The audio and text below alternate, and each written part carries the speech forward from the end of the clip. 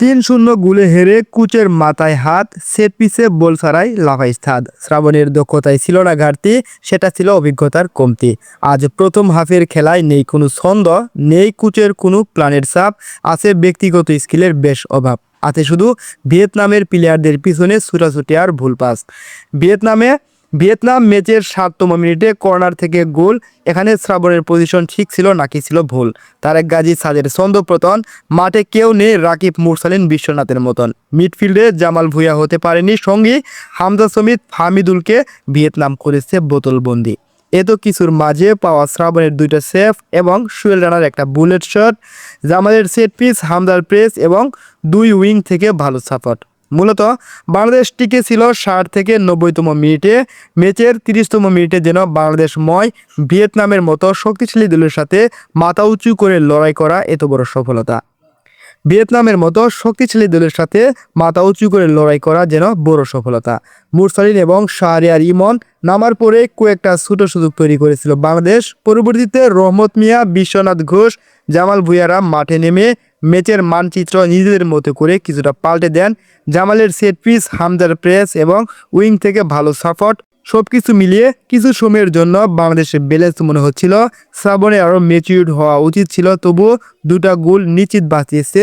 আরও গোল বাংলাদেশ হজম করতে পারত যদি বাংলাদেশের গোলবারটা বাংলাদেশের পক্ষে না থাকতো। গোলবার লেগে 2 থেকে 3-4টা গোল বাংলাদেশ রক্ষা পেয়েছিল। মুরসালিনের শেষ দিকে দিকপ শটের সময় সেই শেষ মুহূর্তের কমেন্টটি এখনো কানে বাজে। রিফাত মাসুদ বলেছিলেন, আবারও মুরসালিনের শট, নাবিল খান আর হলো না বলা, মুরসালিন এবং গোল। এই বিষয়টা এখনো কানে বাজছে। তবুও হামজার বল ধরে রাখার চেষ্টা, কিন্তু আজ হামজারও নয়, বাংলাদেশেরও নয়। মিরাজুলের কাছে শুধু ডিফেন্ডারের পিছনে থাকা আর লাফালাফি করা নয়, ফাহিম শুধু রান মেক করেছে, বল লুজ করেছে, ফলেই পরাজয়। র্যাঙ্কিংয়ের ব্যবধান অনুযায়ী আজ যদি বাংলাদেশ ৭৮ নম্বর দল হয়, তবে ভিয়েতনাম হবে বিশ্বের ১ নম্বর দল। তারা ৩বার এশিয়া কাপের চ্যাম্পিয়ন এবং ৫ ম্যাচে ১১ গোল করা, মাত্র ১ গোল হজম করা এক বিধ্বংসী দলের বিপক্ষে মাঠে নেমেছিল লাল সবুজের বাংলাদেশ। পরিসংখ্যান আর বাস্তবতার বিচারে আজকের ম্যাচে বাংলাদেশ যদি ভিয়েতনামের কাছে ২ গোলের ব্যবধানে হারত, তবুও বুঝতে হবে বাংলাদেশ ফুটবল আসলে অনেকটা এগিয়ে গিয়েছে। ভিয়েতনামের মতো গোল মেশিন দলকে ৩-০ গোলে আটকে রাখা আমাদের ডিফেন্সের বড় সাফল্য। প্রিমিয়ার লিগের অভিজ্ঞতা সম্পন্ন হামজা চৌধুরী দলে থাকায় মাঝমাঠ এখন বেশি সুসংগঠিত। ১০৩ বনাম ১৮১ এই বিশাল গ্যাপের মাঝে ৩ গোলের হারও প্রমাণ করেছে মাঠের লড়াইয়ে আমরা আগের চেয়ে অনেক বেশি শক্তিশালী। ফুটবলপ্রেমী বন্ধুরা, আজকের এই পরাজয়ে যদিও বাংলাদেশের প্লেয়ারদের কিচ্ছু করার ছিল না, তবে এখানে কোচ চাইলে কিছু করতে পারতেন। তিনি যদি বেস্ট 11 মাঠে নামাইতেন, প্রথমে যদি মুরসালিন এবং বিশ্বনাথ ঘোষ এদেরকে, জামাল ভুঁইয়া এদেরকে মাঠে সুযোগ দিতেন, তাহলে ম্যাচের মানচিত্র হতে পারত অন্যরকম। হতে পারত ভিয়েতনাম ২ বাংলাদেশ ১, হতে পারত ভিয়েতনাম ২ বাংলাদেশের ২। কিন্তু এই ফলাফল ভিন্নতা হয়েছে শুধুমাত্র কোচের ভুলের কারণে।